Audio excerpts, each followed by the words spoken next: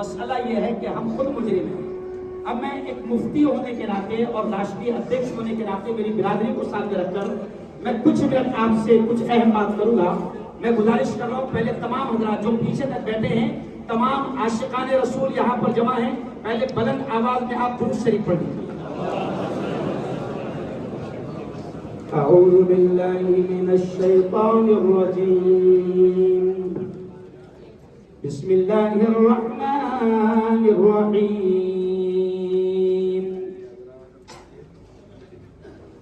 یا ایہا الذین آمنوا اتقوا اللہ حق تقاتہ ولا تموتن الا وانتم مسلمون۔ وقال رسول اللہ صلی اللہ علیہ وسلم المسلم اخو المسلم، وقال رسول اللہ صلی اللہ علیہ وسلم المؤمن للمؤمن كالبنيان، او كما قال علیہ الصلاة والسلام۔ میں نے مانا میری آواز نہیں جائے گی،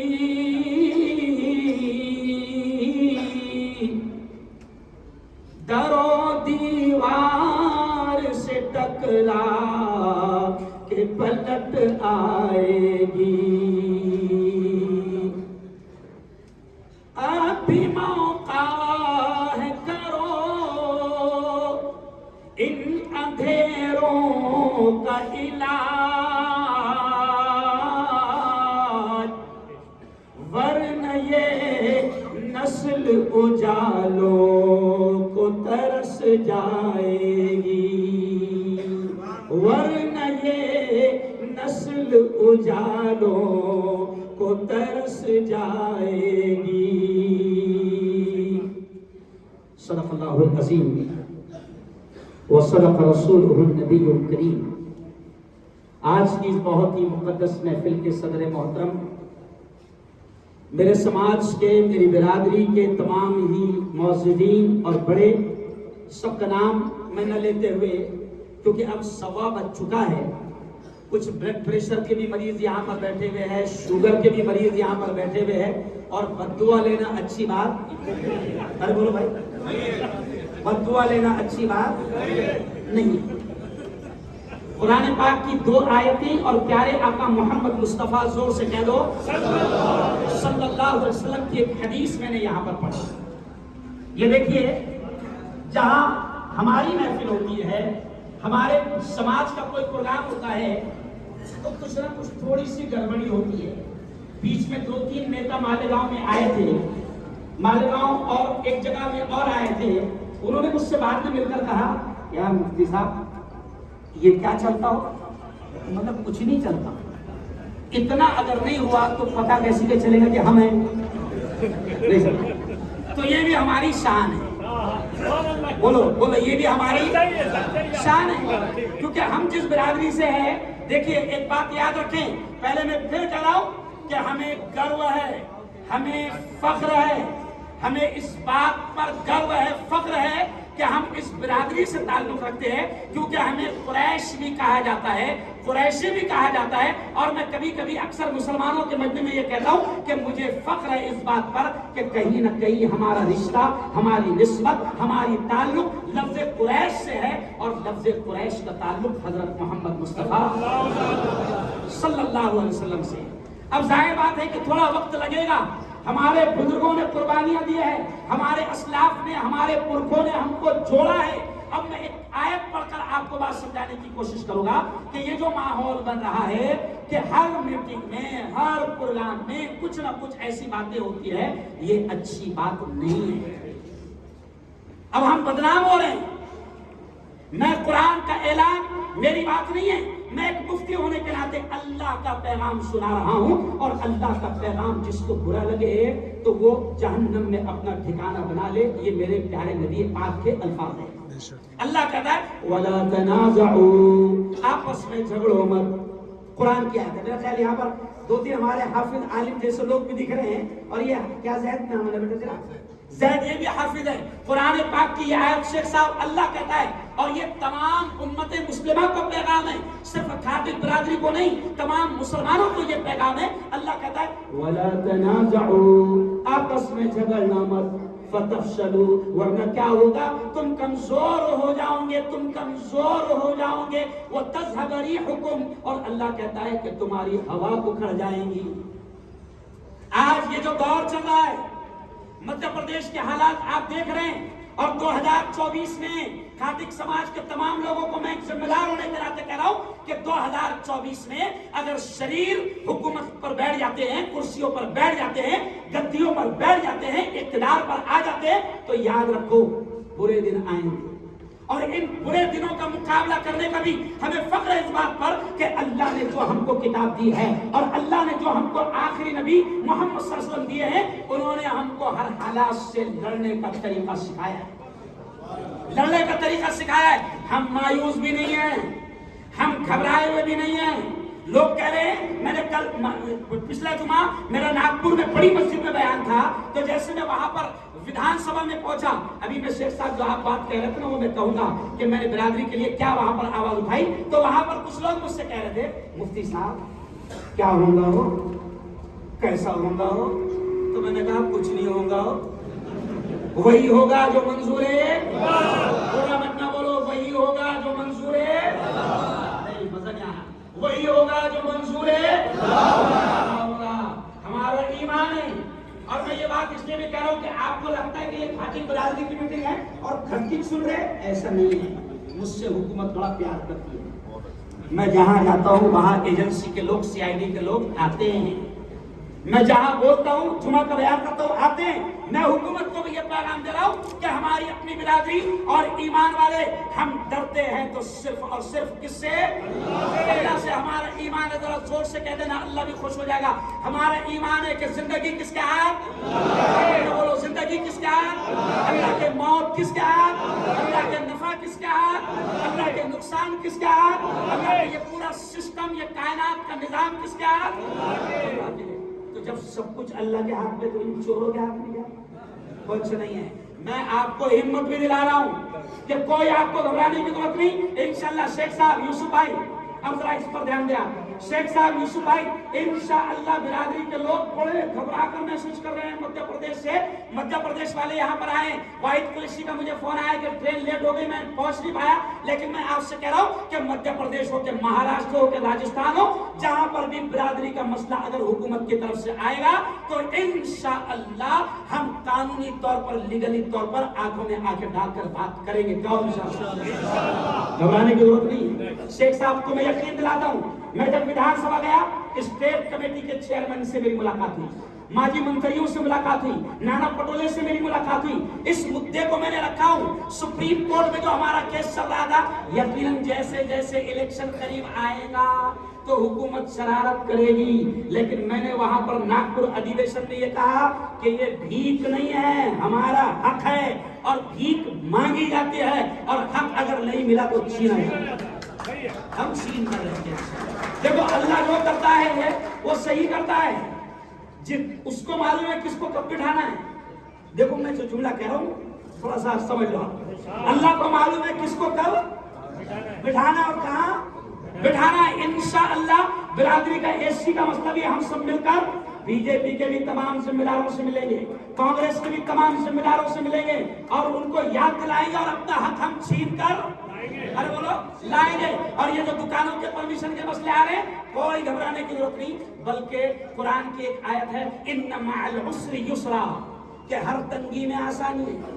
کبھی کوئی ایک کچھ لوگ شرارت کرنے جاتے ہیں, لیکن اللہ کہتا ہے کہ عسیٰ ان تکرہوا شیئا وہو خیر لکم, کہ کسی چیز کو تم اپنے لیے برا سمجھتے لیکن اللہ کہتا ہے اس میں تمہارے لیے بھلائی رہتی. تو انشاءاللہ ٹو بی پازیٹیو, اچھا سوچو, انشاءاللہ اس معاملے میں بھی ہمارے لیے بھلائی ہوگی, اور جتنے بغیر لیسن والے تھے وہ بھی کیا ہو جائیں گے. ارے بولو, کیونکہ اپنا بھی مسئلہ کیسا ہے, اپن بھی جاگتے نہیں جب تک کہ پڑھتی نہیں.